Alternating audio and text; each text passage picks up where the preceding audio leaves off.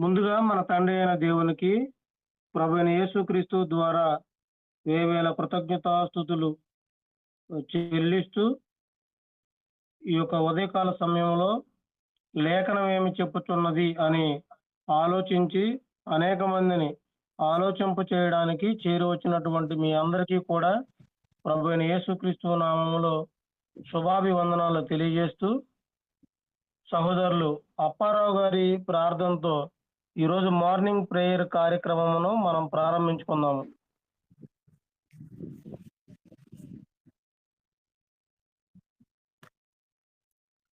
Hello, వినిపిస్తుందన్నయ్య, మాట్లాడండి. ప్రార్థన చేయమంటారా? అవునన్నయ్య, అవునవును. పరలోకమందున్న మా తండ్రి, పరిశుద్ధుడు అయిన మా దేవ, మీ ఘనమైన, పరిశుద్ధమైన, విలువైన, శ్రేష్టమైన మీ నామమునకు కృతజ్ఞతలు, స్తుతులు, స్తోత్రాలు చెల్లించుకుంటున్నాం.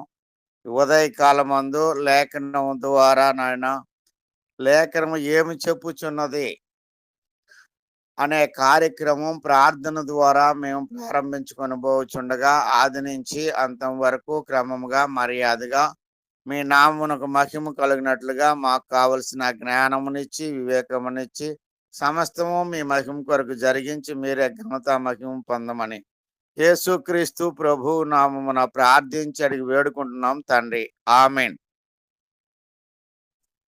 వందనాలండి. సహోదరులు అప్పారావు గారికి ఈ సౌండ్ నాకు తక్కువ వస్తుంది, మళ్ళీ ఒకసారి ఉండు బాబు. మీరు చూడండి, మీరు పాట ఎవరికైనా ఇవ్వండి. ఓకే ఓకే అన్నయ్య. మా మధ్యలో ఉన్నటువంటి సహోదరులు స్వామి గారు మొదటి కీర్తనగా పాడతారు, తర్వాత దేవేంద్ర అన్నయ్య రెండో కీర్తనగా పాడి వినిపిస్తారు. ఏనన్నయ్య?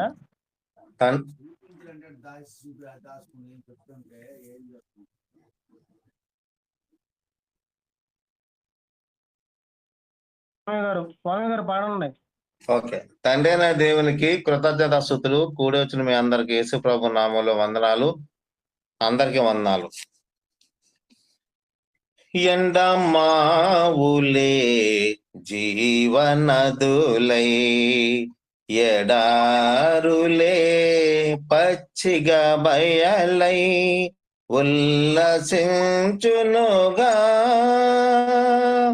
ఇది నీ దయ కాదా యెహోవా, ఇది నీ కృప కాదా, ఇది నీ దయ కాదా యెహోవా, ఇది నీ కృప కాదా. ఎండమావులే జీవనదులై, ఉనికి నశించిన ఇశ్రాయేలును స్థిరపరచితివి, బలపరచితివి. ఉనికి నశించిన ఇశ్రాయేలును స్థిరపరచితివి, బలపరచితివి. వాగ్దానములను నెరవేర్చితివి, వాగ్దానములను నెరవేర్చితివి. నీ కృప వారికి నొసగిన దేవా, నీ కృప వారికి నొసగిన దేవా, ఇది నీ దయ కాదా యెహోవా, ఇది నీ కృప కాదా, ఇది నీ దయ కాదా యెహోవా, ఇది నీ కృప కాదా. ఎండమావులే జీవనదులై, ఎడారులే పచ్చిగా బయలై, ఉల్లసించునుగా. ఇది నీ దయ కాదా యెహోవా, ఇది నీ కృప కాదా. మరణము పాప మరణము నొందిన నాకై నీ కృప చూపి కుమరుని పంపి పాప మరణము నొందిన నాకై నీ కృప చూపి కుమరుని పంపి నీతి న్యాయములను సిలువలో నెరవేర్చి నీతి న్యాయములను సిలువలో నెరవేర్చి నిత్యరక్షణను సగిన దేవా నిత్యరక్షణను సగిన దేవా ఇది నీ దయ కాదా యెహోవా ఇది నీ కృప కాదా ఇది నీ దయ కాదా యెహోవా ఇది నీ కృప కాదా ఎండమావులే జీవనదులై ఎడారులే పచ్చిక బయలై ఉల్లసించునుగా ఇది నీ దయ కాదా యెహోవా ఇది నీ కృప కాదా అడవిని పోలినా నా హృదయమును నీ కృపవాక్యం తొలకరివలెను అడవిని పోలినా నా హృదయమును నీ కృపవాక్యం తొలకరివలెను శుద్ధిపరచియు నూతన పరచి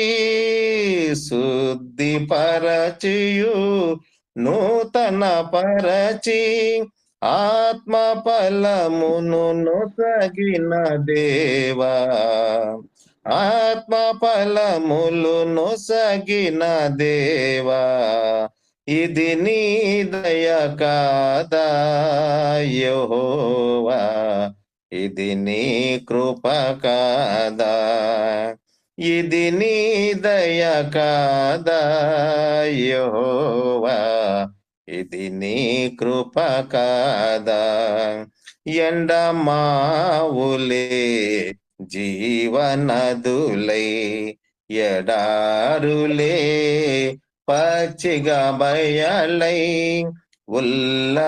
ఉల్లసించునుగా ఇది నీ దయ కాదా యెహోవా ఇది నీ కృప కాదా వందనాలండి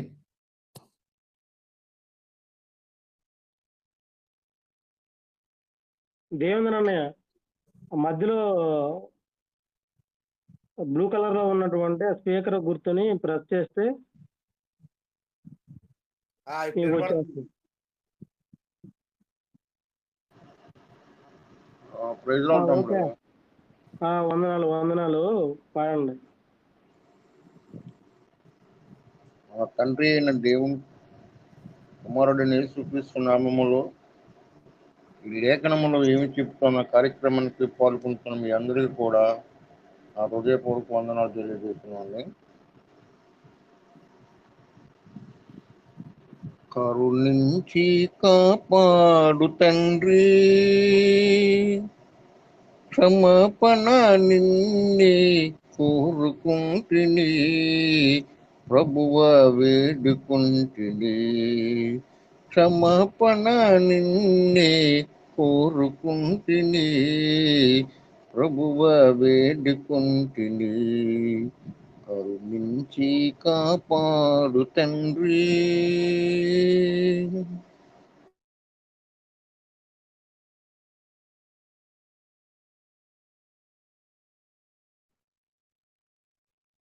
అన్నయ్య వినిపించట్లేదు పాట.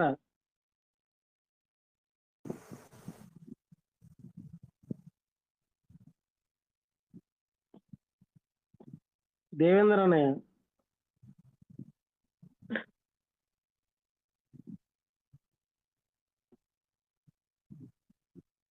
సరే సహోదరులు అప్పారావు గారు పాట పాడి వినిపిస్తారు. హలో. సరే, అందరికి వందనాలండి. సమయంలో ఉదయాన్నే మేలుకొనండి అనే పాట మనం పాడుకొని దేవుడి నామాన్ని మహిమపరుచుకుందాం. మేలుకొనరే మేలుకొనరే మీ మనంబుల మేలిమిగా మీరదపక పాలు మాలక లేచి దేవుని పాదములు పూజింపగ్రక్కునా. మేలుకొనరే దిక్కులెల్లను తేజరిల్లెను దినకరుండు దయింపనాయను. దిక్కులెల్లను తేజరిల్లెను దినకరుండు దయింపనాయను. మ్రొక్కులకు ప్రతిఫలమునిచ్చెడు మూలకర్తకు కొలువ చేయగా. మేలుకొనరే మేలుకొనరే మీ మనంబుల మేలిమిగా మీరదపక పాలు మాలక లేచి దేవుని పాదములు పూజింపగ్రక్కునా. మేలుకొనరే పక్షులెల్లను కిలకిలనుచును ప్రభుని మహిమలు బల్గుదొడిగెను. పక్షులెల్లను కిలకిలనుచును ప్రభుని మహిమలు బల్గుదొడిగెను. రక్షకుని సకలోక కృతులను రమ్యముగా నుతియించి పాడగా. మేలుకొనరే మేలుకొనరే మీ మనంబుల మేలిమిగా మీరదపక పాలు మాలక లేచి దేవుని పాదములు పూజింపగ్రక్కునా. మేలుకొనరే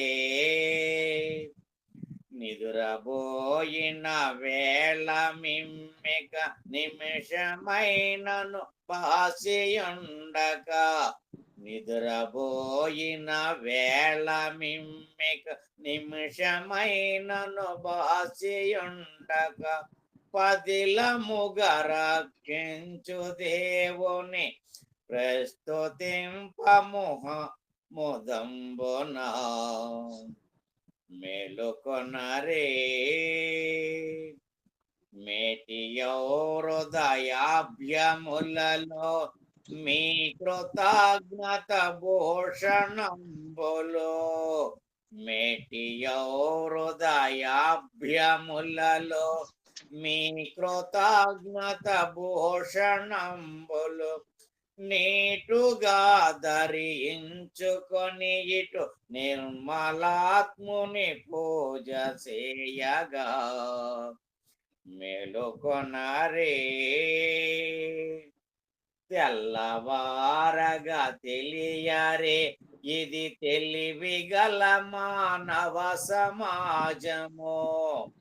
తెల్లవారగా తెలియరే ఇది తెలివిగల మానవ సమాజము. ఉల్లాసిల్లుచు నీతి భాస్కరుడుదయ మాయను హృదయములపై. మేలుకొనరే మేలుకొనరే మీ మనంబుల మేలిమిగా మీరదపక పాలు మాలక లేచి దేవుని పాదములు పూజింపగ్రక్కునా. మేలుకొనరే వందనములండి అందరికి. ఇప్పటి వరకు పాటలు పాడి వినిపించినటువంటి సహోదరులందరికీ కూడా ప్రభువైన యేసుక్రీస్తు నామములో వందనములు తెలియజేస్తూ, వాక్యపఠన భాగంగా ఆదికాండము 35వ అధ్యాయము మొదటి 4 వచనాలు సహోదరులు స్వామి గారు చదివి వినిపిస్తారు. తర్వాత నుంచి 5 వచనాల చొప్పున సుజయ్ చక్రవర్తి గారు, తర్వాత సంధ్య, తర్వాత జ్యోతి, తర్వాత అప్పారావు గారు చదివి, తర్వాత అప్పారావు గారు ఆ యొక్క 35వ అధ్యాయంను క్లుప్తంగా వివరించి సహోదరులు దేవకరణ గారి మెసేజ్ విషయమై ప్రార్థన సహాయాన్ని కోరవలసిందిగా కోరుకుంటున్నాము. సరే. దేవుడు యాకోబుతో, నువ్వు లేచి బేతేలునకు వెళ్ళి అక్కడ నివసించి నీ సహోదరుడైన యాకోబు ఎదుట నుండి నీవు పారిపోయినప్పుడు నీకు కనబడిన దేవునికి అక్కడ బలిపీఠము కట్టమని చెప్పగా, యాకోబు తన ఇంటి వారితోనూ తన యొద్దనున్న వారందరితోనూ మీ యొద్దనున్న అన్య దేవతలను పారవేసి మిమ్మును మీరు శుచిపరుచుకొని మీ వస్త్రములను మార్చుకునుడి. మనము లేచి బేతేలునకు వెళ్ళుదము. నా శ్రమ దినమున నాకుత్తరమిచ్చి నేను వెళ్ళిన మార్గమున నాకు తోడై ఉండిన దేవునికి బలిపీఠము అక్కడ కట్టుదనని చెప్పును. అంతేనా? వారు తమ యొద్దనున్న అన్య దేవతలను అన్నిటినీ తమ చెవులనున్న పోగులను యాకోబునకు అప్పగింపక యాకోబు శెకెము దగ్గరనున్న మస్తకి వస్త్రము క్రింద వాటిని దాచిపెట్టును.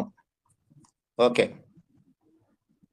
వారు ప్రయాణమై వెళ్ళినప్పుడు దేవుని భయము వారి చుట్టూ ఉన్న పట్టణముల మీద ఉన్నది గనుక వారు యాకోబు కుమారులను తరమలేదు. యాకోబు అతనితో నున్న జనులందరూ కానానులో లూజుకు అనగా బేతేలుకు వచ్చిరి. అతడు తన సహోదరిని ఎదుట నుండి పారిపోయినప్పుడు దేవుడు అక్కడ అతనికి ప్రత్యక్షమాయను గనుక అక్కడ బలిపీఠం కట్టి ఆ చోటికి ఎల్ బేతేలను పేరు పెట్టిరి. రెబ్కా దాది అయిన దెబోరా చనిపోయి బేతేలు దిగువనున్న సింధూర వృక్షం కింద పాతి పెట్టబడెను. దానికి అల్లోను బకూత్ అను పేరు పెట్టబడెను. యాకోబు 16 నుండి వచ్చుచుండగా దేవుడు తిరిగి అతనికి ప్రత్యక్షమై అతను ఆశీర్వదించాను. అప్పుడు దేవుడు అతనితో, నీ పేరు యాకోబు, ఇక మీదట నీ పేరు యాకోబు అనబడదు, నీ పేరు ఇశ్రాయేలు అని చెప్పి అతనికి ఇశ్రాయేలు అని పేరు పెట్టెను. మరియు దేవుడు, నేను సర్వశక్తి గల దేవుడను, నీవు ఫలించి అభివృద్ధి పొందుము, జనముల సమూహమును నీ వలన కలుగును, రాజులను నీ గర్భవాసమున పుట్టెదరు. నేను అబ్రహామునకు ఇస్సాకునకు ఇచ్చిన దేశము నీకిచ్చెదను, నీ తరువాత నీ సంతానమునకు ఈ దేశము నిచ్చెదనని అతనితో చెప్పెను. దేవుడు అతనితో మాట్లాడిన స్థలము నుండి పరమునకు వెళ్ళెను. ఆయన తనతో మాట్లాడిన చోట యాకోబు ఒక స్తంభము అనగా రాతి స్తంభము కట్టించి దాని మీద పానార్పణము చేసి నూనెయు దాని మీద పోసెను. తనతో దేవుడు మాట్లాడిన చోటుకి యాకోబు బేతేలను పేరు పెట్టెను. వారు బేతేలు నుండి ప్రయాణమైపోయిరి.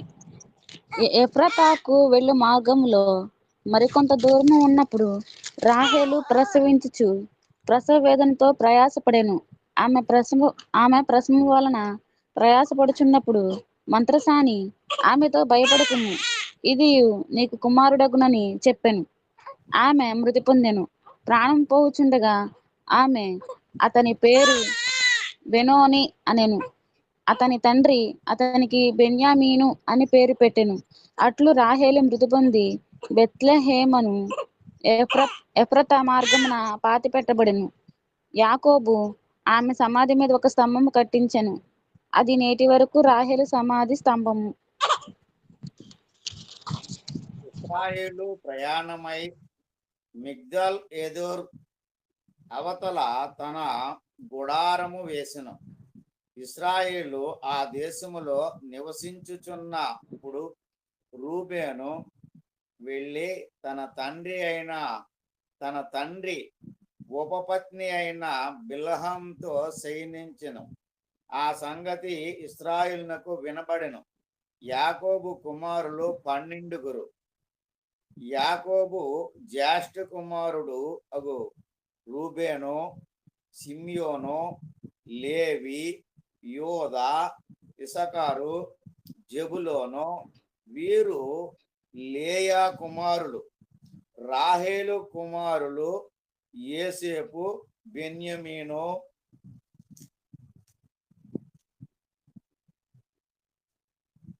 రాహేలు దాసి అయిన బిల్హాం కుమారులు దాను, నఫ్తాలి.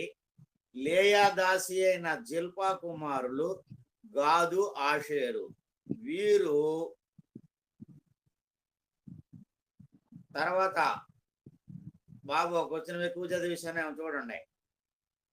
చదివాను, మీరు చదివేసి చెప్పండి, కొంచెం ఉన్నది చదివేయండి. వీరు పద్దనారాములో యాకోబునకు పుట్టిన కుమారులు.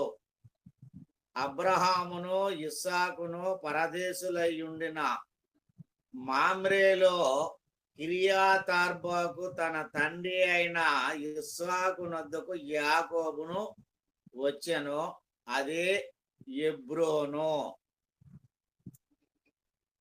ఈ యొక్క ఆదికాండము 35వ అధ్యాయంలో కొన్ని ముఖ్యమైన సంగతులను తిరిగి రిపీట్ చేద్దాం. రెండవసారి చూద్దాం. కానీ దేవుడు యాకోబుతో నీవు లేచి బేతేలునకు వెళ్ళి అక్కడ నివసించమని దేవుడు యాకోబుతో చెప్పినట్లుగా ఈ మొదట లైన్ లో మనం చూసాం. అయితే నీ సహోదరుడైన యోసేపు ఎదుట నుండి నీవు పారిపోయినప్పుడు నీకు కనబడిన దేవునికి అక్కడ బలిపీఠమును కట్టమని చెప్పగా, ఇప్పుడు ఆ మోసం చేసి ఇద్దరు ఒకళ్ళు చంపుకుంటారేమో అని భయపడి నీవు నీ మేనమామైన లాభానింటికి పారిపో అని తల్లి గైడెన్స్ ఇచ్చి పంపించినప్పుడు ఆయన ఒక ఇది రాయి పెట్టుకున్నాడు. అక్కడికి తిరిగి ఇప్పుడు చెప్తున్నాడు, అక్కడ బలిపీఠము కట్టమని చెప్పగా యాకోబు తన ఇంటి వారితోనూ తన యొద్దనున్న వారందరితోనూ మీరు మీ యొద్దనున్న అన్య దేవతలను పారవేసి మిమ్మును మీరు శుచిపరుచుకొని మీ వస్త్రములను మార్చుకొనుడి, మనము లేచి బేతేలునకు వెళ్ళుదము. నా శ్రమ దినమున నాకు ఉత్తరం ఇచ్చి నేను వెళ్ళిన మార్గమున నాకు తోడై ఉండిన దేవునికి బలిపీఠము నువ్వు అక్కడ కట్టెదనని చెప్పాను. మీరు ముందు మన దగ్గర ఉన్నటువంటి ఆ విగ్రహాలు పారేసి మన బట్టలన్నీ మార్చుకొని శరీరాన్ని శుద్ధిపరుచుకొని కొత్త వస్త్రాలు ధరించుకోండి, మనం లేచి బేతేలుకి వెళ్దాం. అక్కడ నేను శ్రమ దినమున దేవుడు నాకు ఉత్తరం ఇచ్చినటువంటి ఆ మార్గంలో ఒక బలిపీఠం కట్టేదనని వారితో చెప్పడం జరిగింది. ఈ 4 వచనాల్లో వారు తమ యొద్దనున్న అన్య దేవతలనన్నిటినీ తమ చెవులున్న పోగులను చూడండి. పోగులు ఎందుకు తీశారంటే తగ్గింపు స్వభావం. పోగులను యాకోబునకు అప్పగింపగా యాకోబు షెకెము దగ్గరనున్న మస్తకి వృక్షము కింద వాటిని దాచిపెట్టడం జరిగింది. దేవుని దగ్గరికి వెళ్ళేటప్పుడు ఇక్కడ మనం ఒకటి నేర్చుకోవాలా, శరీరాన్ని శుద్ధిపరచుకోవడము, మంచి వస్త్రాలను కట్టుకోవటము అనేది ఇక్కడ యాకోబు వారి గృహంలో ఉన్నటువంటి వారందరికీ నేర్పించినట్లుగా మనకి అర్థం అవుతుంది. తగ్గింపు స్వభావం కూడా నేర్పించడం చూసాం. ప్రయాణమైపోయినప్పుడు దేవుని భయము వారి చుట్టూనున్న పట్టణముల మీద నుండెను గనుక వారు యాకోబు కుమారులను తరమలేదు. సో ఆ యొక్క ప్రదేశంలో ఈ యాకోబు కుమారులను కానీ వాళ్ళ కుటుంబం యావత్ మందిని చూసినప్పుడు వీరిలో దేవుని భయమును వారు కనుగొన్నారు. కనుగొని ఆ పట్టణం మీద నుండిన గనుక వారు యాకోబు కుమారుల్ని తరమలేదు అని ఇక్కడ ఒక మాట మనం జ్ఞాపకం చేసుకోవాల. ఎప్పుడు కూడా దేవునికి భయపడినటువంటి పిల్లల మీద సమాజం ఒక కంట కనిపెడుతూ ఉంటది. కాబట్టి వాళ్ళ జోలికి మనం పోకూడదు అనే ఒక నిర్ణయానికి వస్తూ ఉంటారు. యాకోబును తనతో నున్న జనులందరూ కానానులో లూజుకు అనగా బేతేలునకు వచ్చారు. అతడు తన సహోదరుని ఎదుట నుండి పారిపోయినప్పుడు దేవుడు అక్కడ అతనికి ప్రత్యక్షమాయను గనుక అక్కడ బలిపీఠమును కట్టి ఆ చోటికి హేల్ బేతేల్ అను పేరు పెట్టిరి. ఆ మాటకి అర్థం ఏంటంటే అక్కడ ఒకటేసి ఉన్నది, ఫుట్నోట్లో బేతేల్ అనగా దేవుడు అని అర్థం పేరు పెట్టారు. రిబ్కా దాది అయిన దెబోరా చనిపోయి బేతేలునకు దిగువనున్న సింధూర వృక్షము క్రింద పాతి పెట్టబడెను. దానికి హల్లోన్ బకూత్ అను పేరు పెట్టబడెను. దానికి అర్థం ఏంటంటే ఏడుపు చెట్టు అని. అక్కడ రెండేసున్నది, మనం కింద మనం చూసినట్లుగా అయితే దానికి ఒక అర్థం ఏడుపు చెట్టు అంట. యాకోబు పద్దనారాము నుండి వచ్చుతుండగా దేవుడు తిరిగి అతనికి ప్రత్యక్షమై అతన్ని ఆశీర్వదించును. అప్పుడు దేవుడు అతనితో, నీ పేరు యాకోబు కాదు, ఇక మీదట ఇశ్రాయేలే అని చెప్పడము, ఇశ్రాయేలు అని పేరు ఇంకో పెట్టెను. కాబట్టి అక్కడ వరకు మనం యాకోబు సంగతి మనం చూసాం. తర్వాత 11వ వచనం నుంచి, మరియు దేవుడు, నేను సర్వశక్తి గల దేవుడును, నీవు ఫలించి అభివృద్ధి పొందమని యాకోబుతో చెప్పడము అనే మాటను మరలా మనం చూసినప్పుడు, నీ వలన కలుగును అన్నాడు. ఏంటి? జనమును జన సమూహములను నీ వలన కలుగును, రాజులు నీ గర్భంలో నుంచి వస్తారు, నీ గర్భంలో నుంచి పుడతారు అని చెప్పడం జరిగింది. తర్వాత అబ్రహామునకును ఇస్సాకునకును ఇచ్చిన దేశము నీకు ఇచ్చేదను, నీ తర్వాత నీ సంతానమునకు ఈ దేశమునిచ్చేదనని అతనితో చెప్పాను. దేవుడు అతనితో మాట్లాడిన స్థలము నుండి పరమునకు వెళ్ళెను. ఎప్పుడైతే ఈయన బలిపీఠం కట్టి అక్కడ పూజ చేసి అతనితో సంగతులను దేవుడు మాట్లాడిన తర్వాత దేవుడు ఏం చేశాడంటే పరమునకు వెళ్ళెను. ఇక్కడ మనం చదవడంలో కొద్దిగా కన్ఫ్యూజ్ అయితే దేవుడు వెళ్ళాడా లేకపోతే యాకోబు వెళ్ళాడా అన్నట్టుగా ఉంటది. అతడు పరమునకు వెళ్ళెను. ఆయన తనతో మాట్లాడిన చోటు యాకోబు ఒక స్తంభము అనగా రాతి స్తంభం కట్టించి దాని మీద ప్రాణార్పణము చేసి నూనెయు దాని మీద పోసెను. ఇక్కడ దేవుడు ఎంత సంగతి తెలియజేశాడు కాబట్టి ఏం చేశాడంటే అక్కడ బలిపీఠం కట్టించి దాని మీద నూనె పోయడం జరిగింది. తనతో దేవుడు మాట్లాడాడు కాబట్టి మాట్లాడిన చోటికి యాకోబు బేతేలు అను పేరు పెట్టెను. ఇందాక మనం చూసాం, బేతేలు అను పేరునకు దేవుడు అన్నారు. వారు బేతేలు నుండి ప్రయాణమై పోయిరి. ఎఫ్రాతకు వెళ్ళు మార్గములో మరికొంత దూరము ఉన్నప్పుడు రాహేలు ప్రసవించే ప్రసవ దినాలు సమీపించాయి. ఆమె ప్రసవ వేదన పడుచున్నప్పుడు మంత్రసాని ఏమన్నదంటే, భయపడకమ్మా, నీకు మరలా కూడా ఫస్ట్ ఒక కుమారుడు పుట్టాడు, మరలా నీకు కుమారుడేనని చెప్పాను. ఆమె ఆ కుమారుడిని కనగానే చనిపోయింది, మృతి పొందింది.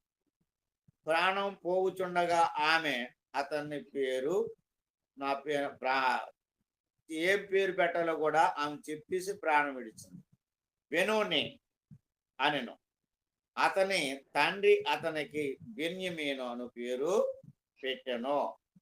ఆ 4 వేస్తున్నది కింద మనం చూస్తే కుడి చేత పుత్రుడు అని అర్థము. అంతకుముందు 3 వేసిన దానికి ఏంటంటే దుఃఖపుత్రుడు అని అర్థం. ఎందుకంటే ఆయన ప్రసవించినప్పుడు ఆమె చాలా బాధపడింది, బాధతో కన్నది కాబట్టి ఆ పేరు పెట్టమని అక్కడ చెప్పింది. తర్వాత ఆయన బెన్యమీను వాళ్ళ నాన్నగారు పెట్టడం జరిగింది. యాకోబు ఆమె సమాధి ఒక స్తంభం కట్టించను. అది నేటి వరకు రాహేలు సమాధి స్తంభము. ఇశ్రాయేలు ప్రయాణమై మిగ్దలే ఏదేరు అవతల తన గుడారము వేసెను. ఇశ్రాయేలు ఆ దేశములో నివసించుచున్నప్పుడు రూబేను వెళ్ళి తన తండ్రి ఉపపత్ని అయిన బిల్హాతో శయనించను. ఆ సంగతి యాకోబుకి తెలిసింది, ఇశ్రాయేలుకి వినబడిన. యాకోబు కుమారులు 12. ఈ 12లో ఇక్కడ ఒక లేయాకే 6 కుమారులు పుట్టారు. ఇక్కడ తర్వాత ఒక రాహేలు దాసికి 2, దాను నప్తాలి. లేయా దాసి అయిన జల్పాకు కుమారులు 2, గాదు ఆషేరు. వీరు పద్దనారాములో యాకోబునకు పుట్టిన కుమారులు. అబ్రహామునకును ఇస్సాకునకును పరదేశులయ్యుండిన మామ్రేలో కిరియతార్బాకు తన తండ్రి అయిన ఇస్సాకునొద్దకు యాకోబు వచ్చెను. అదే ఎబ్రోను. ఇదే ఎబ్రోను గురించి మనము చూసినప్పుడు ఒక తెగ, ఎబ్రోను ఒక తెగ. మీ అందరికి కూడా వందనాలు, ప్రార్థన చేసుకుందాం. అయ్యా లాస్ట్ లో ఇంకా 2 వచనాలు వదిలేశారు. లాస్ట్ లో 2 వచనాలు వదిలేశారు. ఇస్సాకు బ్రతికిన దినములు 180 సంవత్సరములు. ఇస్సాకు కాలము నిండిన వృద్ధుడై ప్రాణం విడిచి మృతి పొంది తన పితరుల యొద్దకు చేర్చబడెను. అతని కుమారులు ఏసావు, యాకోబు అతన్ని పాతిపెట్టిరి. సరే, థ్యాంక్ యూ అండి. నేను ఎక్కడికి అయిపోయింది అనుకున్నాను. సరే, వృద్ధుడై ప్రాణం వేయడం జరిగింది. ఇక్కడ నేను కూడా అడిగాను, ఈ సింధూర వృక్షంకును ఈ కిరియా తార్బకి ఈ ఏంటో ఇది అసలు నిర్వచనాలు ఏంటో అనేది. సరే, ప్రార్థన చేసుకుందాం. రెడ్డి గారికి వందనాలు, మర్చిపోయింది, జ్ఞాపకం చేశారు. సర్వోన్నతుడు అయిన మా తండ్రి, మహోన్నతుడు అయిన మా దేవ, మీ శ్రేష్టమైన బహు విలువైన బహు ఘనమైన నామమునకు కృతజ్ఞతలు, స్తుతులు, స్తోత్రాలు చెల్లించుకుంటున్నాం తండ్రి. సమయంలో మీ యొక్క మా యొక్క సహోదరుడు, మీ యొక్క కుమారుడు తండ్రి దేవకిరణ్ గారు దేవుని యొక్క వాక్యాన్ని బోధించడానికి సిద్ధపడి ఉండగా, వారికి కావలసిన సంపూర్ణమైన మంచి జ్ఞానమును, వివేకమును, మంచి ఉచ్చారణ అనుగ్రహించి మా అందరికీ అర్థమయ్యే రీతిలో నాయన తెలియపరిచి మీరే ఘనత మహిమ పొందమని ప్రార్థన చేయుచున్నాం. ఈ సమయంలో చేరి వచ్చిన మీ కుమారులను నాయన పిల్లలను మీరు దీవించి ఆశీర్వదించమని వేడుకుంటున్నాం తండ్రి. సమస్తం మీ మహిమ కొరకు జరిగించి మీరే ఘనత మహిమ పొందమని యేసు క్రీస్తు ప్రభువు నామమున ప్రార్థించి అడిగి వేడుకుంటున్నాం తండ్రి. ఆమేన్. వందనాలండి అందరికీ.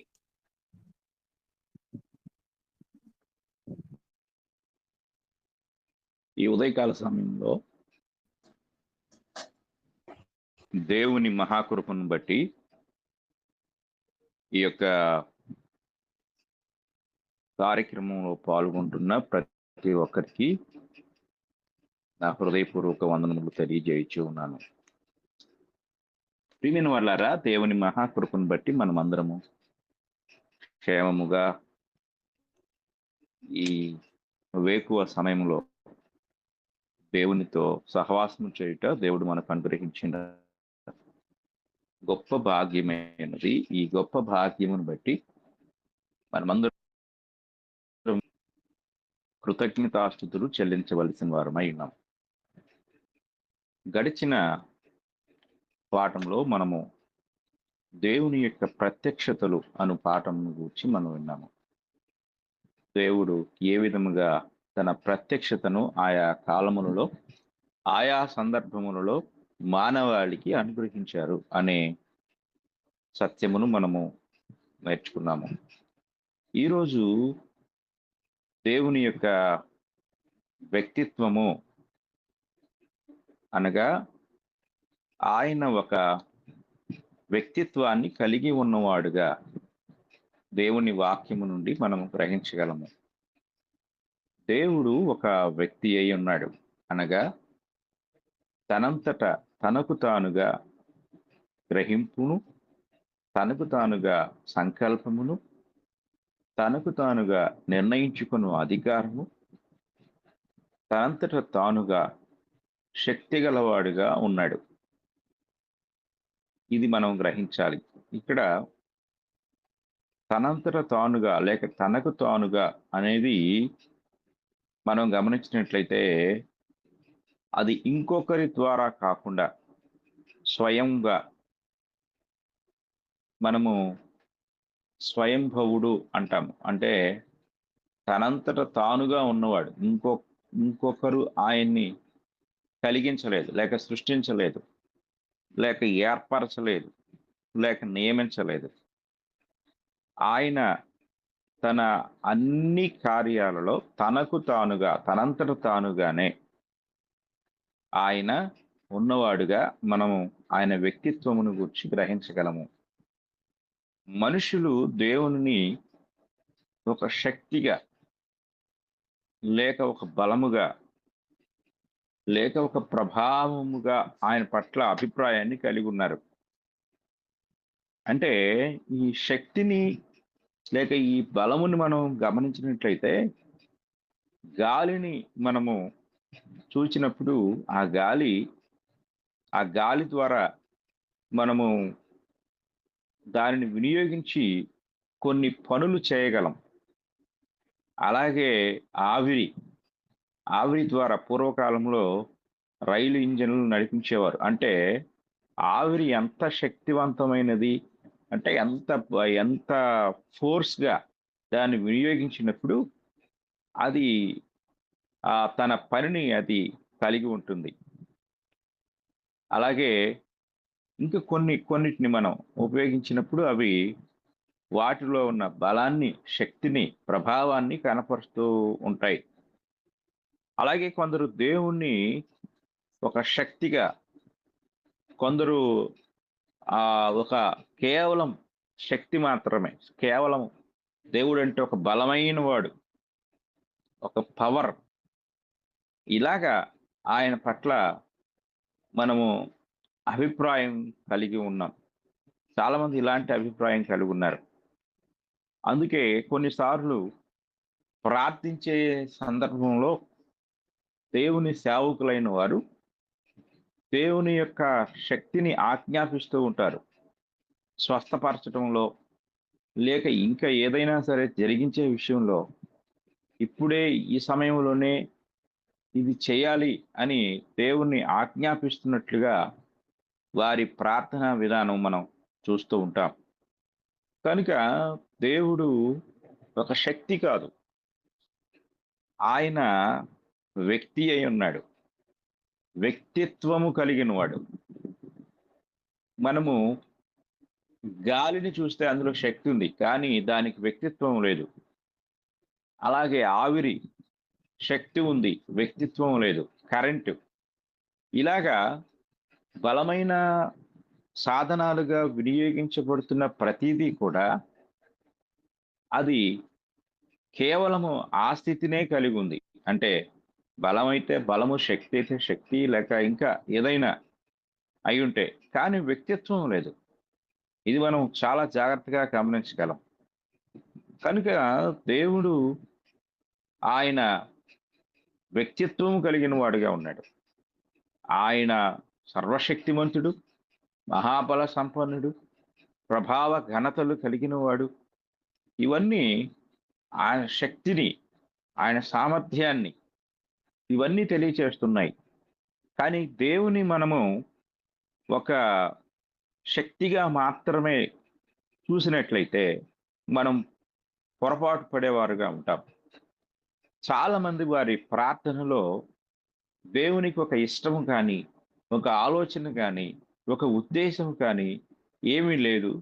నేను చెప్తే అనగా నేను ప్రార్థిస్తే ఆ ప్రార్థనలో కూడా ఆజ్ఞాపించినట్లుగా కమాండింగ్ చేస్తే దేవుడు ఖచ్చితంగా దీన్ని చేసేస్తాడు అని వారు దేవుని పట్ల ఒక తప్పు అభిప్రాయాన్ని కలిగి ఉన్నారు.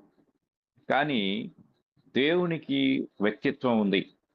ఉదాహరణకి మనము కొందరు వ్యక్తులను బలవంత పెట్ట చూసినట్లయితే, అంటే ఏదైనా ఒక పని చేసే విషయంలో బలవంత పెట్టాలనుకున్నప్పుడు వాళ్ళు మాట్లాడుతూ ఉంటారు, అంతా నీ ఇష్టమేనా, నాకంటూ ఇష్టాయిష్టాలు లేవా, నాకు ఆలోచనలు లేవా, నాకే ఉద్దేశం లేదా, నాకు నిర్ణయించుకునే అధికారం లేదా అంటూ ఉంటారు.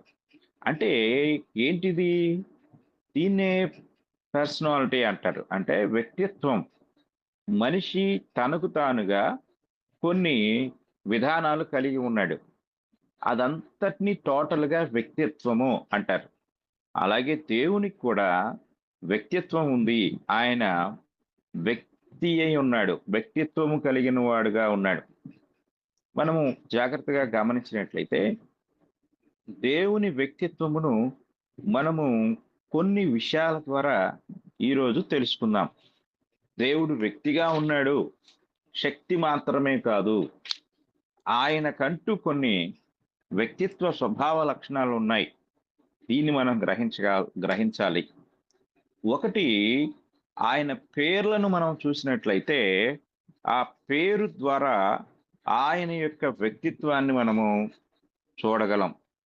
మొట్టమొదటిగా నిర్గమకాండము మనం చదువుకున్నట్లయితే, నిర్గమకాండములో దేవుడు మోషేతో మాట్లాడుతూ తన పేరు తెలియజేస్తూ ఉంటాడు. నిర్గమకాండం 3వ అధ్యాయం 14వ వచనాన్ని మనం చదువుకున్నట్లయితే, అందుకు దేవుడు నేను ఉన్నవాడను అనువాడనై ఉన్నానని మోషేతో చెప్పాను, మరియు ఆయన ఉండుననువాడు మీ యొద్దకు నన్ను పంపిన నీవు ఇశ్రాయేలుతో చెప్పవలనను.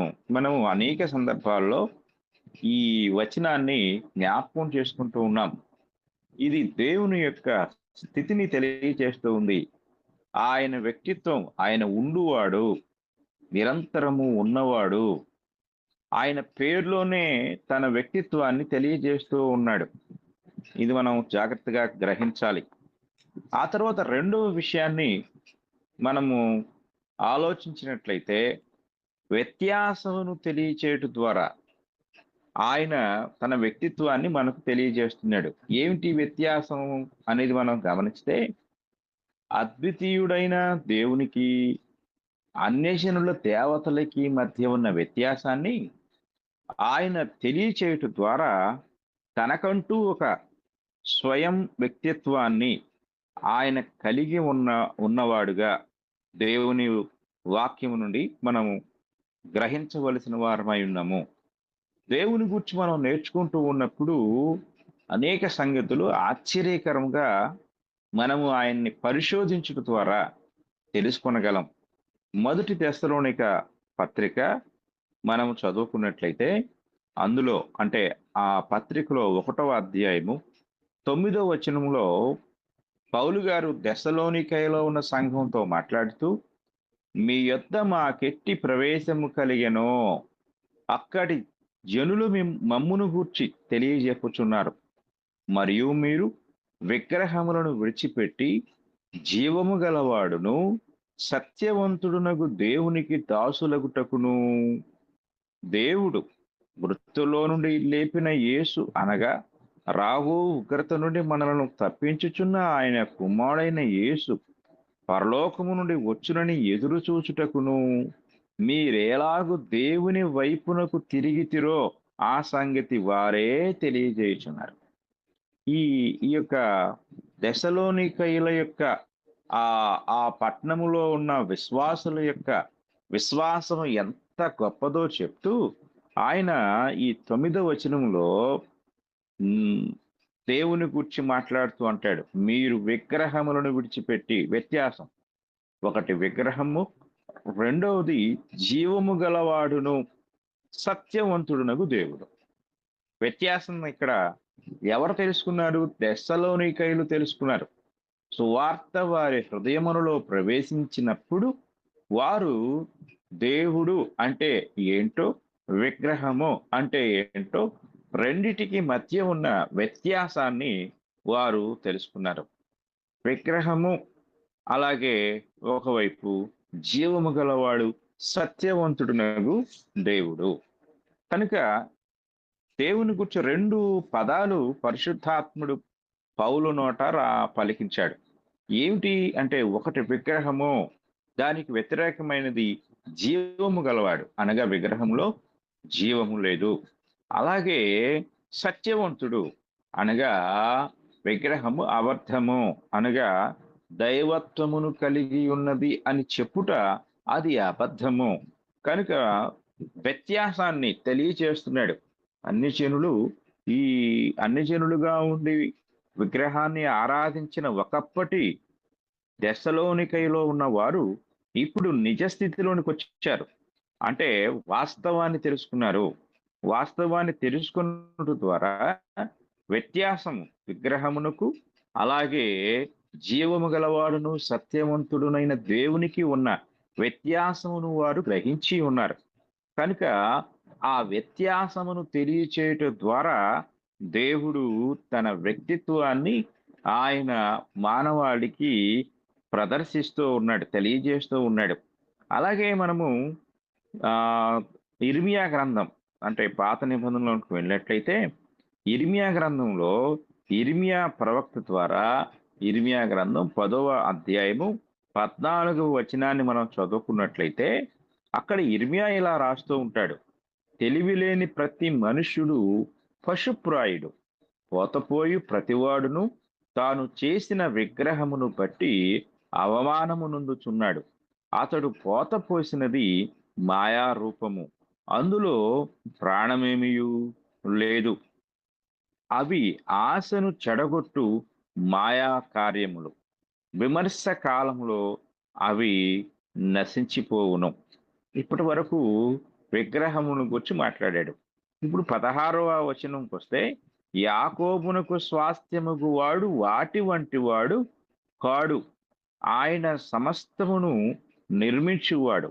ఇశ్రాయేలు ఆయనకు స్వాస్థ్యముగానున్న గోత్రము, సైన్యములకు అధిపతియగు యెహోవాయని ఆయనకు పేరు.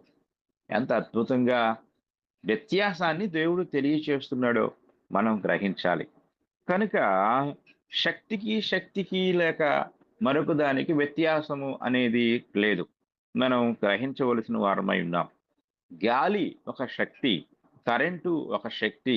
ఈ రెండు కూడా వాటి ద్వారా కలిగే శక్తి ద్వారా పనిని జరిగిస్తూ ఉంటాయి.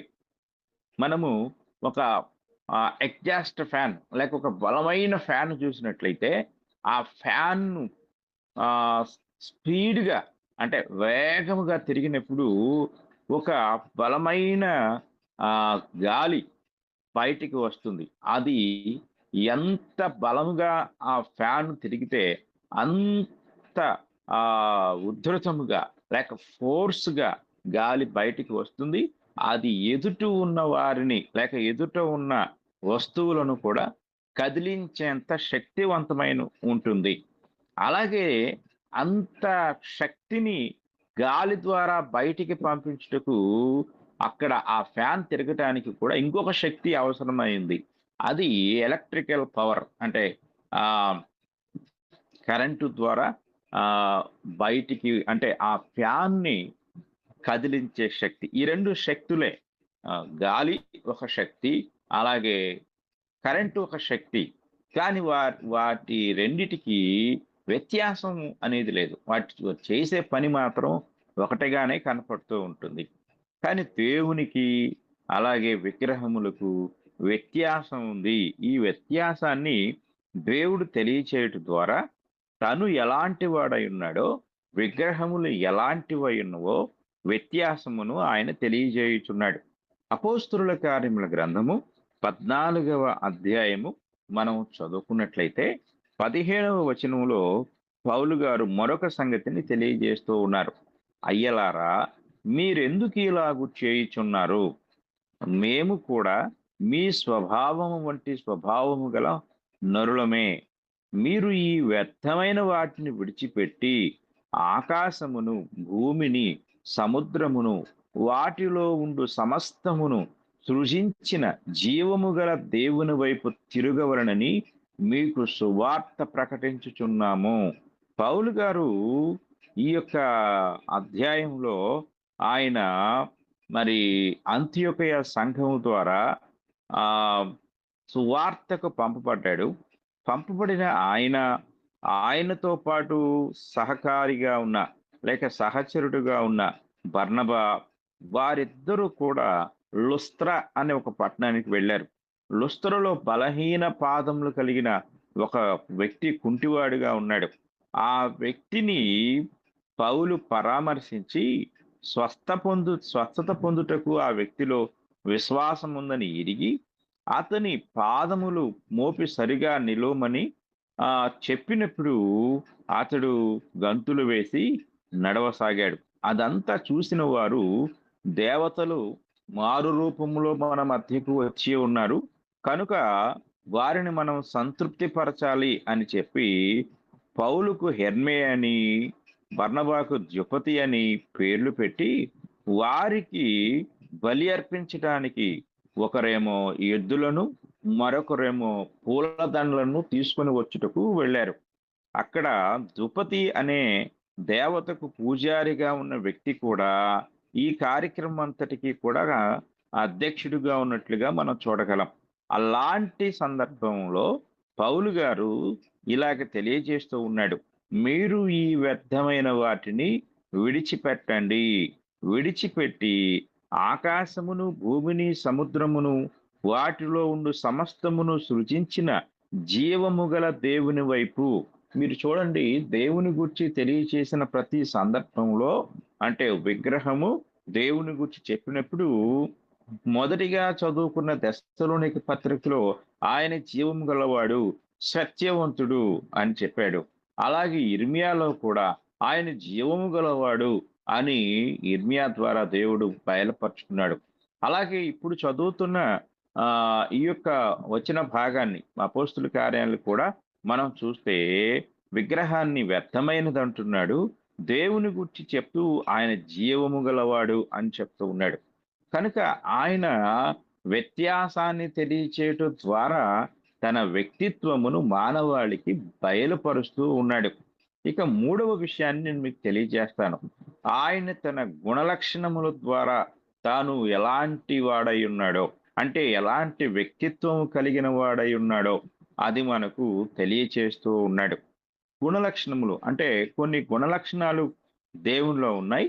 వాటిని మనము గమనించినట్లయితే మొట్టమొదటిగా ఆది కాండము మనం చూసినప్పుడు, ఆది కాండము 6వ అధ్యాయము 6వ వచనాన్ని మనం చదువుకున్నట్లయితే, తాను భూమి మీద నరులను చేసినందుకు యెహోవా సంతాపము నొంది తన హృదయములో నొచ్చుకొనెను.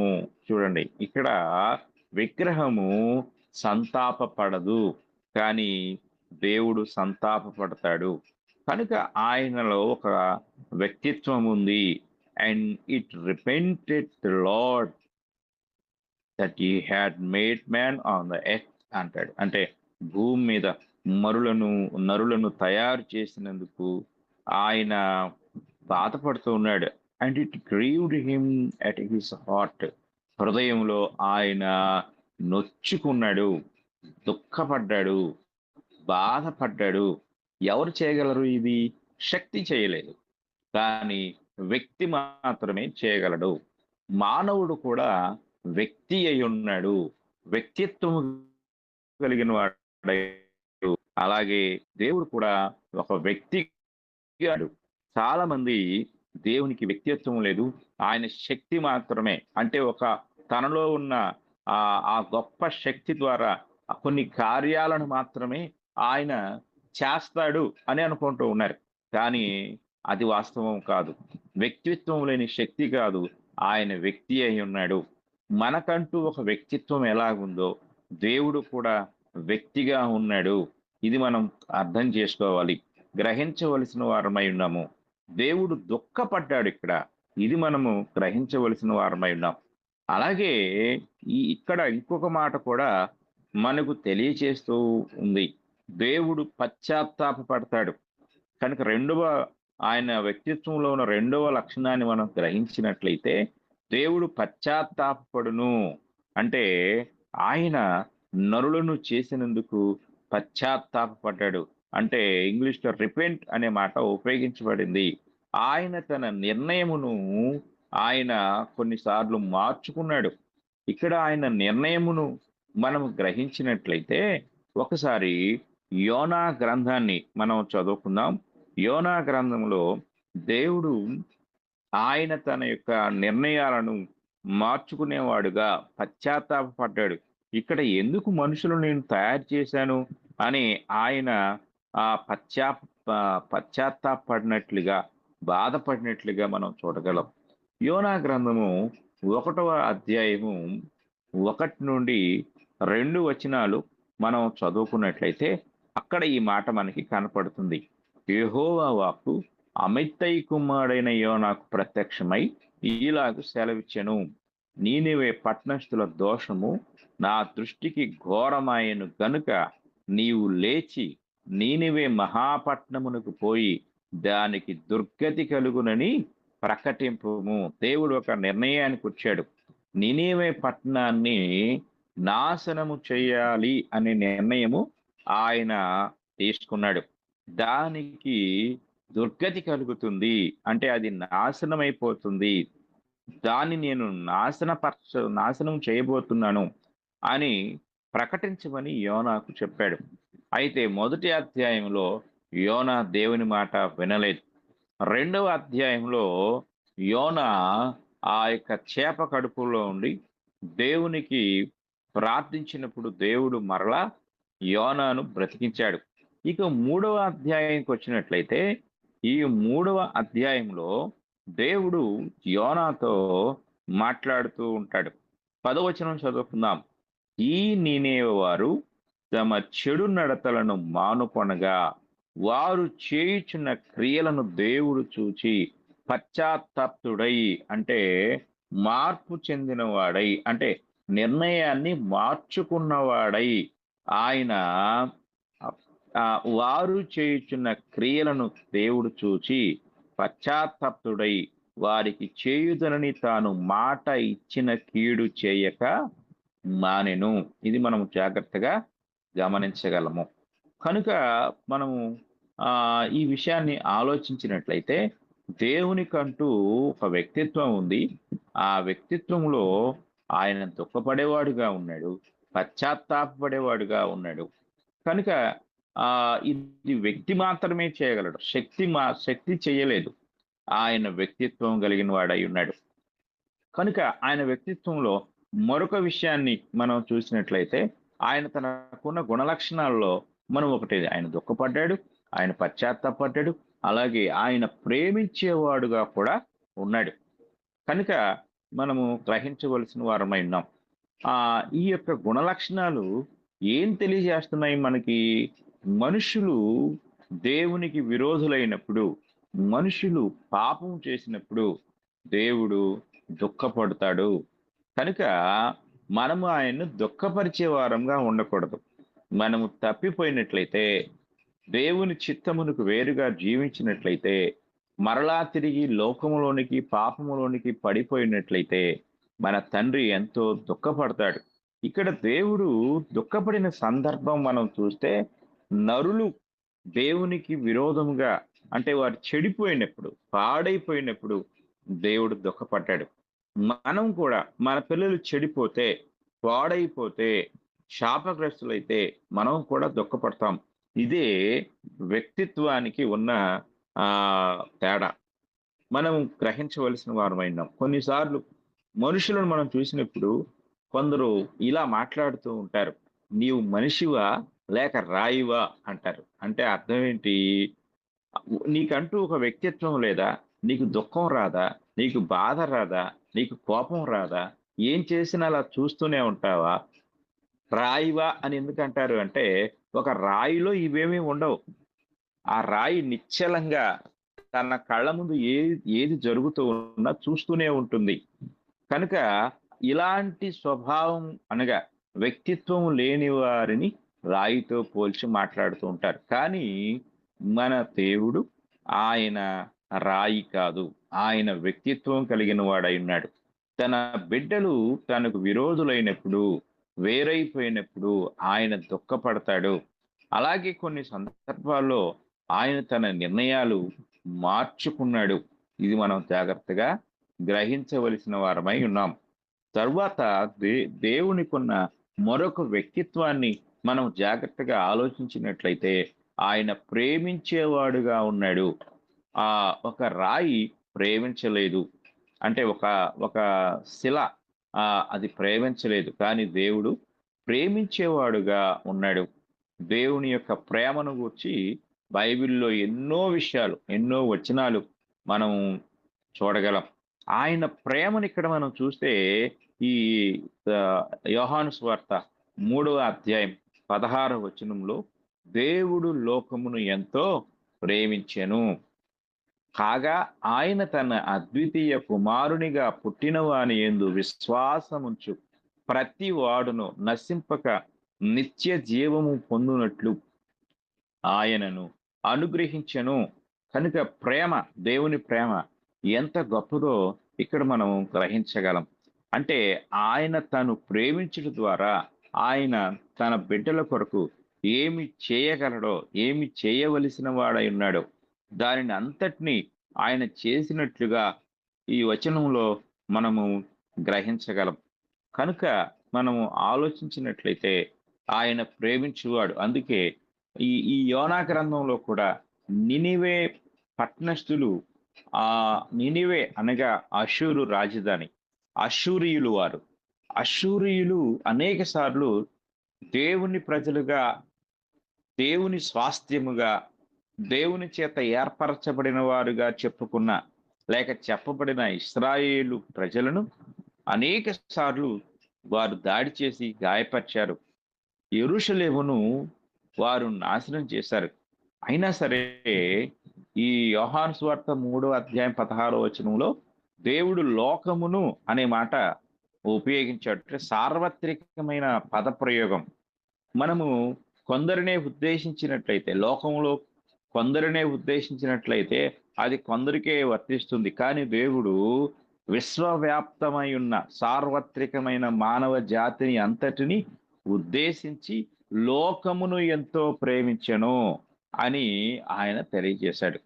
కాబట్టి నినివే పట్టణస్థులు దేవుని దృష్టికి ఘోరమైన పాపులై ఉన్నప్పటికీ, తాను ఏర్పరచుకున్న జనాంగమునకు వారు శత్రువులుగా ఉన్నప్పటికీ దేవుడు వారిని ప్రేమించాడు. కనుకనే వారిని చెప్పకుండా నాశనం చేయకుండా వారికి సువార్త ప్రకటించి, ఒకవేళ వారు మారు మనసు పొందితే రక్షించాలనే ప్రేమతో కూడిన స్వభావం కలిగి ఉన్నాడు. ఆయన అనుకున్నట్లుగానే వారు మారు మనసు పొందారు. వారు దేవునికి ప్రార్థన చేశారు. వారు ఎప్పుడైతే దేవుని వైపు తిరిగారో, చెడు నడతలను మానుకున్నారో, అప్పుడు దేవుడు వారికి కలుగు చేయుదునని చెప్పిన ఆ యొక్క నష్టాన్ని లేక ఆ నాశనమును చేయకుండా మానుకున్నాడు. కనుక ఇందులో ఏముందంటే ప్రేమ. దేవుడు ప్రేమించేవాడుగా ఉన్నాడు. ఒక వ్యక్తి మాత్రమే, అంటే వ్యక్తిత్వం కలిగిన వాడు మాత్రమే ఇది చేయగలడు అనే సంగతిని మనము గ్రహించవలసిన వారమై ఉన్నాము. కనుక ఈ మాటలు మనం ఆలోచన చేస్తే దేవుడు ఈ ఇలాంటి లక్షణాలు లేని ఒక జడ పదార్థం కాదు.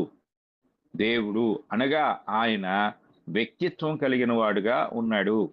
కనుక మనము గ్రహించవలసిన వారమై ఉన్నాము. కనుక దేవుడు నిన్ను ప్రేమిస్తున్నాడు. ఈ నినివే పట్టణస్థుల వలె ఎవరైతే దేవుని వాక్యమును విని మారు మనసు పొంది తమను తాము మనసు మార్చుకుంటారో, వారి క్రియలు మార్చుకుంటారో, వారి విషయంలో ఆయన తన కృపను అనుగ్రహించేవారుగా, వారి సకల దోషములను పాపములను పరిహరించి క్షమించేవాడుగా దేవుడు ఉన్నాడు. కనుక నిన్ను దేవుడు ప్రేమిస్తున్నాడు. నిన్ను ఎంతలా ప్రేమిస్తున్నాడు అంటే తన ప్రియకుమారుడైన యేసుక్రీస్తు వారి యొక్క ప్రాణమును అర్పించేంతగా ఆయన తన కుమారుని బలి అర్పణగా చేసి ఆయన చిందించిన రక్తము ద్వారా సకల మానవాళికి కూడా పాప విమోచన కలుగు చేయనంత ప్రేమ ఆయనలో ఉంది. ఆయన లోకం అంతటికీ పంచగలిగినంత ప్రేమ ఆయనలో ఉంది. మనము కొన్నిసార్లు మనము ఈ ఆదికాండంలో చూసాం. ఇస్సాకు ఏశావును ప్రేమించాడు, రిబ్కా యాకోబును ప్రేమించింది. వారు తమ ప్రేమను వ్యత్యాసంగా చూపించారు. కానీ దేవుడు ఏ మాత్రము ఆయన వ్యత్యాసము లేనివాడుగా, పక్షపాతము లేనివాడుగా ఇశ్రాయేలీలను ఒక విధంగానో అన్యజనులను ఒక విధంగానో చూడలేదు.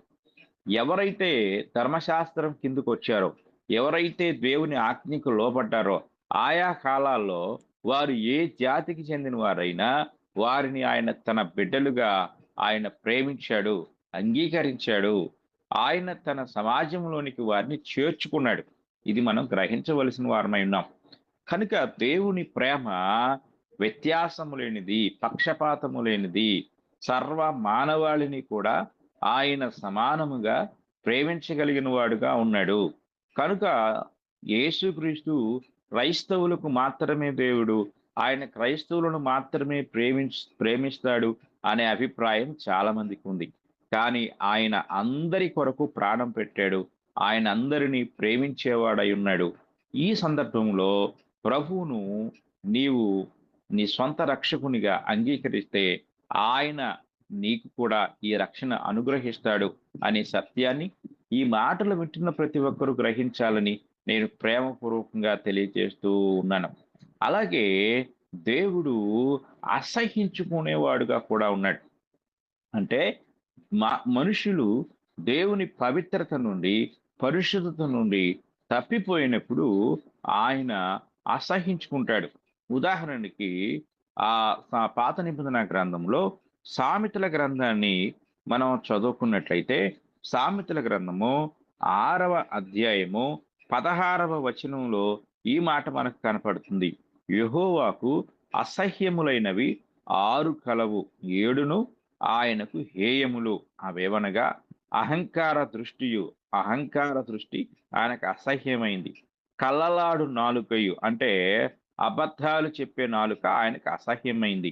నిరపరాధులను చంపు చేతులను, అంటే నిరపరాధులను ఎవరైతే హత్య చేస్తూ ఉంటారో, చంపుతూ ఉంటారో వారి చేతులు ఆయనకు అసహ్యమైనవి. దుర్యోచనలు యోచించు హృదయము, అంటే చెడు ఆలోచనలు కలిగించే హృదయం ఆయనకు అసహ్యమైంది. కీడు చేయుటకు త్వరపడి పరుగెత్తు పాదములను ఆయనకు అసహ్యమైనవి.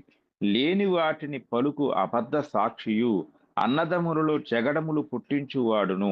ఇవన్నీ కూడా దేవునికి అసహ్యమైన కార్యాలు. ఆయనకు కూడా అసహ్యము అనే వ్యక్తిత్వం ఉంది.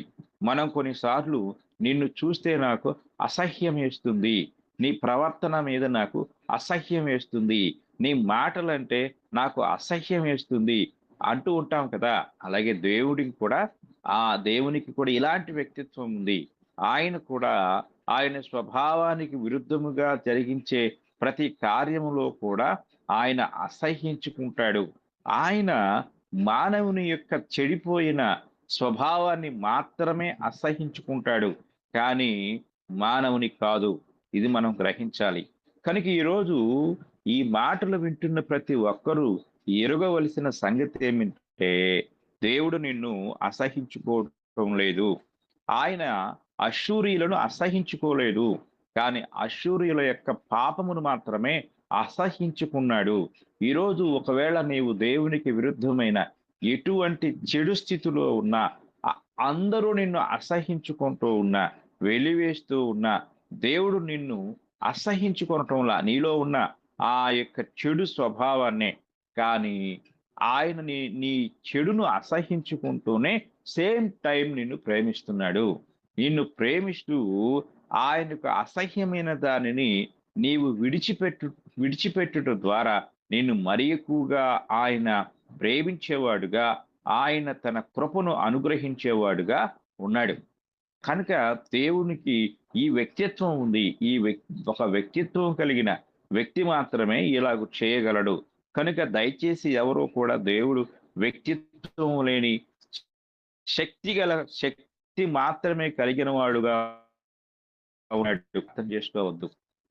అలాగే దేవుడు అనగా ఈ యొక్క ఆయన యొక్క గుణలక్షణములో ఉన్న విషయాలను మనం చూస్తున్నాం. ఈ గుణలక్షణముల ద్వారా ఎలాగ తెలియజేస్తున్నాడు. ఆయన దుఃఖపడతాడు, ఆయన పశ్చాత్తాపడతాడు. అలాగే 3 ఆయన ప్రేమించేవాడుగా ఉన్నాడు.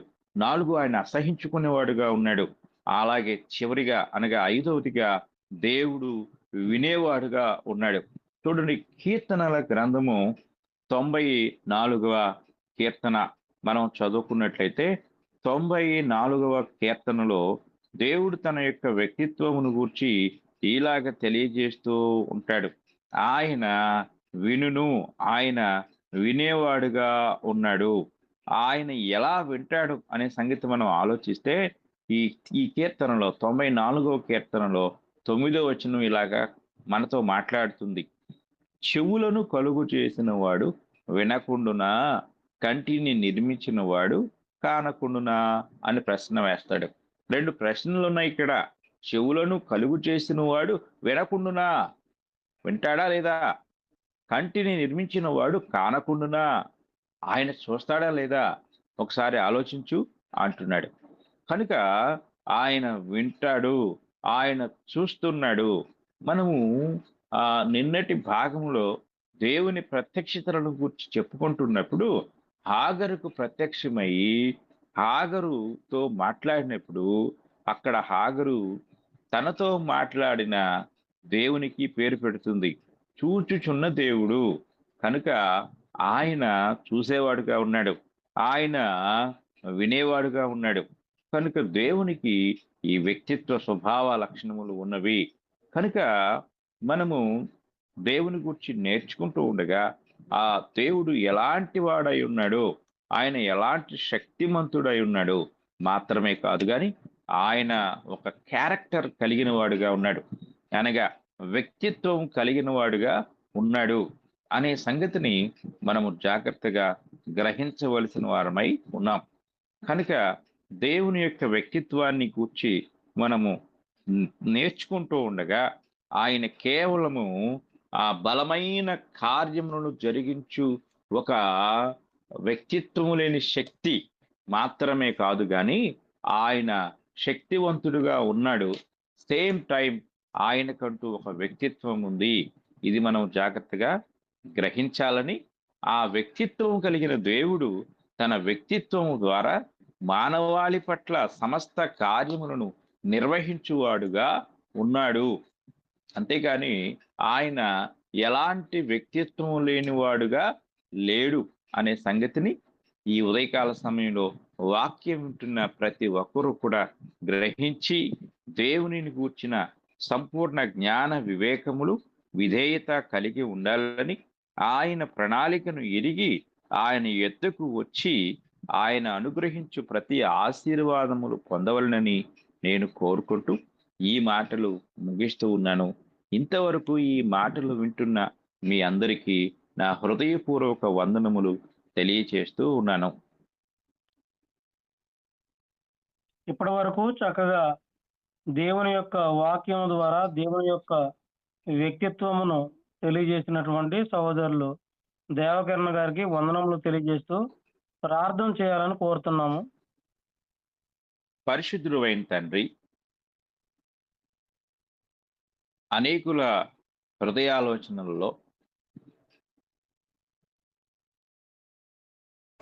మీరు ఒక కేవలము శక్తి లేక బలము కలిగిన వాడుగా మాత్రమే ఉన్నారని ఆలోచనలను మీరు నిరాకరిస్తూ మీకంటూ ఒక సొంత వ్యక్తిత్వం ఉందని, ప్రణాళిక ఉందని, ఆలోచనలు ఉన్నవని, మిమ్మల్ని గూర్చిన సంపూర్ణ జ్ఞానాన్ని మాకు బయలుపరుస్తూ ఉన్నందుకు మీకు స్తోత్రములు. తండ్రి, మిమ్మల్ని గూర్చి మేము నేర్చుకుంటూ ఉన్నాము, తెలుసుకుంటున్నాము. ఈ యొక్క ప్రయత్నంలో మిమ్మల్ని గూర్చిన సర్వసత్యమును ప్రతి ఒక్కరికి, ఈ గ్రూపులో ఉన్న ప్రతి ఒక్కరికి అనుగ్రహించమని వేడుకుంటున్నాము. అలాగే మా తండ్రి, క్రొత్తగా గ్రూపులో చేరి ఉన్న వారు కూడా మీ వాక్యం పట్ల శ్రద్ధ కలిగి మానవులు ఆలోచనలను కాక కేవలము మీ వాక్యమును మాత్రమే విశ్వసించి వాక్యమునకు మాత్రమే లోబడి మనసు కలిగి ఉండు భాగ్యము వారికి అనుగ్రహించండి. అందరి మనోనేత్రములను మీరు తెరవండి. ఆ మనోనేత్రము తెరవబడుట ద్వారా మిమ్మును గూర్చిన జ్ఞాన వివేకములను తెలుసుకునే ఆలోచన అనుగ్రహించండి. అలాగే మా తండ్రి, ఎంతో ఆసక్తి కలిగి వేకువనే ఈ యొక్క కార్యక్రమంలో పాల్గొంటున్న ప్రతి ఒక్కరిని మీరు దీవించి ఆశీర్వదించండి. ఎందరైతే ఈ విషయంలో నిర్లక్ష్యం చేస్తున్నారో, అశ్రద్ధ చేస్తున్నారో వారిని గద్దించి హెచ్చరించి మీ వైపు త్రిప్పండి. అలాగే మా ప్రియులలో ఎవరైనా బలహీనులుగా ఉన్నట్లయితే దయతో వారిని కనికరించండి. తండ్రి, వారికి కావలసిన బలమును, శక్తిని, ఆరోగ్యమును అనుగ్రహించండి. అలాగే మా తండ్రి, ఈ వారంలో చెలరేగిన తీవ్ర తుఫాను యొక్క ప్రభావం వల్ల ఎందరో నిరాశ్రయులయ్యారు, ఎందరో తమ కష్టార్జితాన్ని నష్టపోయారు, మరెందరో తమ ప్రియులను పోగొట్టుకున్నారు. ఆర్థికంగాను, మానసికంగాను, అలాగే అనేక విధాలుగా నష్టపరిచిన లేక నష్టపోయిన మీ బిడ్డలు, వారిని ఆదుకునే భాగ్యము ప్రతి ఒక్కరికి అనుగ్రహించండి. పరిపాలకులకు మంచి మనసు అనుగ్రహించి ప్రతి ఒక్కరి పట్ల కరుణ చూపించే ఆ ఆలోచన వారికి నేర్పించండి. సహాయమును అనుగ్రహించండి. తండ్రి, మరి భవిష్యత్తులో జరగబోయే ఆన్లైన్ బైబిల్ ఇన్స్టిట్యూట్ను కూడా మీరే ప్రణాళికాబద్ధంగా నిర్వహించండి. అలాగే ఈ గ్రూపులో జాయిన్ అయ్యి వాక్యమును వింటున్న మీ బిడ్డలు ఎవరైనా మారు మనసు, రక్షణ అనుభవం లేకపోతే ఇకనైనా మిమ్మును గురించి నేర్చుకుంటూ ఉండగా అలాంటి అనుభవాలకు వారు పెళ్ళుటకు సహాయం దయచేయండి. మమ్ములందరినీ వేకునే మేల్కొల్పుతూ, పురికొల్పుతూ తండ్రి, ఈ కార్యక్రమం అంతటిని వెనుకొని నడిపిస్తున్న మీ దాసుడు రవి గారిని తండ్రి, అలాగే ఆయనకు అనుగ్రహించిన భార్యను, బిడ్డలను, చేస్తున్న పనిని మీరు దీవించి ఆశీర్వదించండి. తండ్రి, మీకు స్తోత్రములు చెల్లిస్తున్నాం. తండ్రి, మా ప్రియులందరి అవసరములను మీరు మరొకసారి జ్ఞాపకం చేసుకొని మీ కృప చేత దీవించి ఆశీర్వదించుకొని వేడుకుంటూ ఈ ప్రార్థన మా ప్రభువైన యేసుక్రీస్తు వారి పరిశుద్ధ నామములో అడిగి వేడుకుంటున్నాం తండ్రి. ఆమేన్.